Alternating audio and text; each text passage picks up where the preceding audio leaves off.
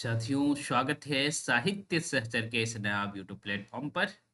उम्मीद है कि जिन साथियों ने कल कहा था कि आवाज़ थोड़ी कम आ रही है, आज मैं तेज बोल रहा हूं, तो आप बताइएगा कि आवाज़ आ रही है कि नहीं आ रही है। ये मैं जरूर जानना चाहूंगा कि आवाज़ आ रही है कि नहीं। ओके।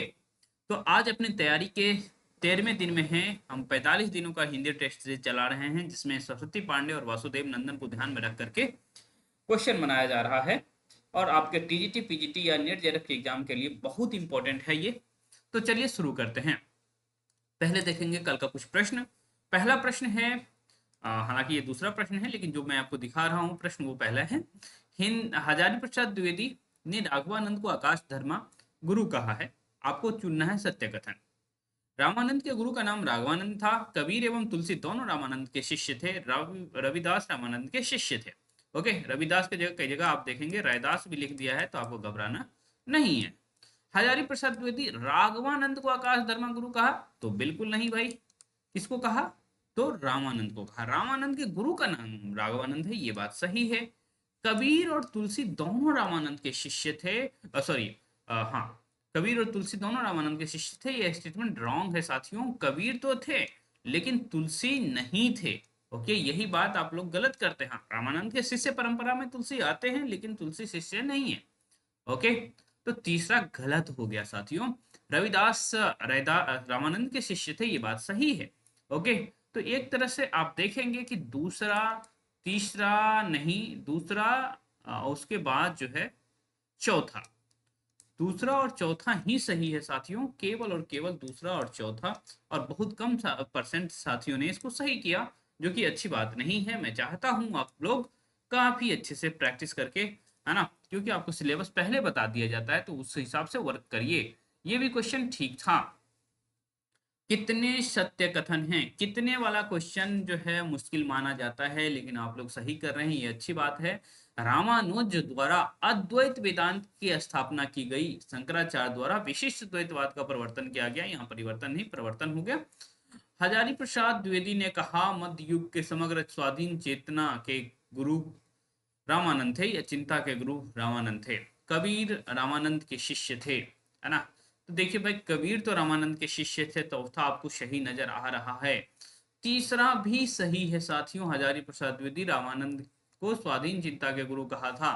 उसके बाद जो पहला और दूसरा स्टेटमेंट देख रहे हैं वो दोनों गलत है। आप इस रामानुज को शंकराचार्य की जगह, शंकराचार्य को रामानुज की तरह जगह कर दीजिए, तो ये स्टेटमेंट सही हो जाएगा। शंकराचार्य अद्वैत वेदांत और रामानुज जो है विशिष्टाद्वैत का प्रवर्तन किया था। तो इस तरह से ये दो स्टेटमेंट गलत हो गया। ओके, तो दो ही स्टेटमेंट सही है, इसीलिए आपको लिखना पड़ेगा दो। ओके, तीसरा और चौथा। ठीक है, आवाज जा रही है या नहीं जा रही है, ये बताइए आप लोग।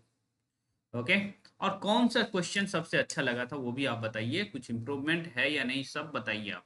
ये क्वेश्चन हमें बताने, थोड़ा मैथ्स का प्रैक्टिस मेरा मुझे करवाना था आपका, हाँ, इस वजह से ये क्वेश्चन दे दिया गया था। अलवार और रामानंद के शिष्यों की संख्या का गुणनफल किसका वर्ग होगा? ओके, तो अलवार कितने? 12। रामानंद के शिष्य कितने? 12 का गुणनफल 12 का स्क्वायर। तो ये किसका वर्ग है? ये संख्या अपने आप में कहा जा रहा है कि चिक चिक चिक कह रहा है कि मैं तो 12 का वर्ग हूं, है ना। तो उत्तर हो जाएगा 12, ना कि 144। हाँ, कहा था कि इसका गुणनफल क्या होगा, तो आप कहते हैं 144, लेकिन ये कह रहा है किसका वर्ग होगा, तो भाई 12 का वर्ग होगा ना। 12 का वर्ग करेंगे 144 होगा। ओके, तो उत्तर हो जाएगा 12। ओके, चलिए नेक्स्ट प्रश्न की तरफ चलते हैं। कभी कभी कुछ प्रश्न आसान भी पूछ लिया गया है। ये क्वेश्चन आप लोग क्यों, हाँ, सूफियों के यहाँ कल्ब का क्या अर्थ है भाई? कल्ब का अर्थ जो है हृदय है, ये ध्यान रखिएगा। और अगला क्वेश्चन जो है आपके लिए बहुत इंपॉर्टेंट है। सूफी साधना के 4 अवस्था का सही क्रम क्या है ना? क्या है भाई? सूफी साधना के जो 4 अवस्था हैं, शरीकत, तरीकत, हकीकत और मार्फत, इस तरह से चलता है भाई। तो उत्तर हो जाएगा ये। ऐसे बहुत सारे प्रश्न हैं जो आपके सिलेबस के अनुसार बना हुआ था, है ना। पियसो कहो संदेश रा, हे बोरा हे काग, सो धनी बिरह जरी मोई, तेह धुआं अमलाग। उपर्युक्त पंक्ति किस खंड से है? पद्मावत के किस खंड से है? तो ये आप जानते हैं ये नागमती वियोग खंड से है और अधिकतर छात्रों ने सही किया है। बिहार स्टेट का सेक्शन है, आपने देखा है नेट जेआरएफ में भी लगा हुआ है, आपने डब्ल्यूबी में भी देखा था, तो बहुत सारी चीजें हैं उसको देख लेंगे अच्छे से। मानस प्रेम भयो बैकंठी नाहक का छार भई मुठी। उपर्युक्त की भाषा क्या है?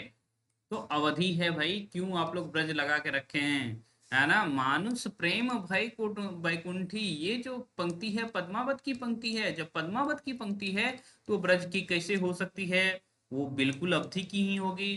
तो आप लोग क्यों गलत किए हैं? गलत नहीं करना था, फिर भी आप गलत करके रखे हैं। चलिए ये क्वेश्चन देखिए, थोड़ा सा मुश्किल था। कितने सत्य हैं? हालांकि निम्नलिखित में कितने सत्य कथन है ये बनाया था, लेकिन आप जानते हैं कि भाई मजबूरी होती है, ओके, उसी मजबूरी में सॉर्ट किया जाता है। विवेकी राय का जन्म 1924 में हुआ। श्वेत पत्र, सोना माटी और समर शेष है, ये सभी उनके उपन्यास है। एक चीज बताना है आपको, समर शेष मैं कह रहा हूँ विवेकी राय का उपन्यास है।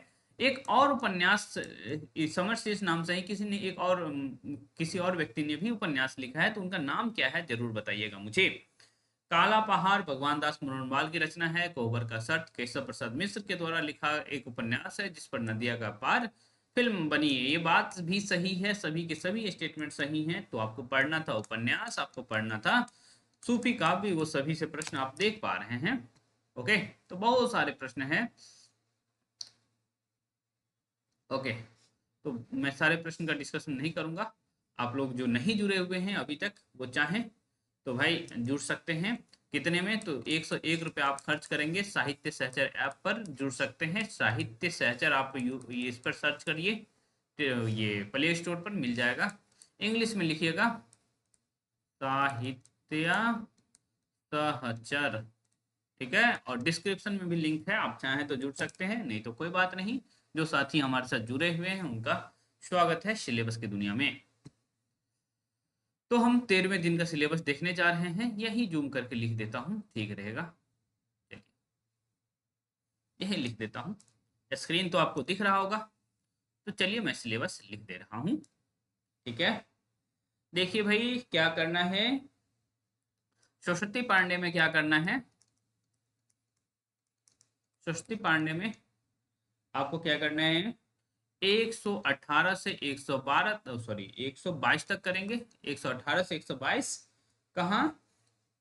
तो आपको मुख्य रूप से देख लेना है केशव दास से पहले तुलसीदास मुख्य रूप से हो आएंगे। तो केशव दास से पहले आप देख लीजिएगा, ठीक है।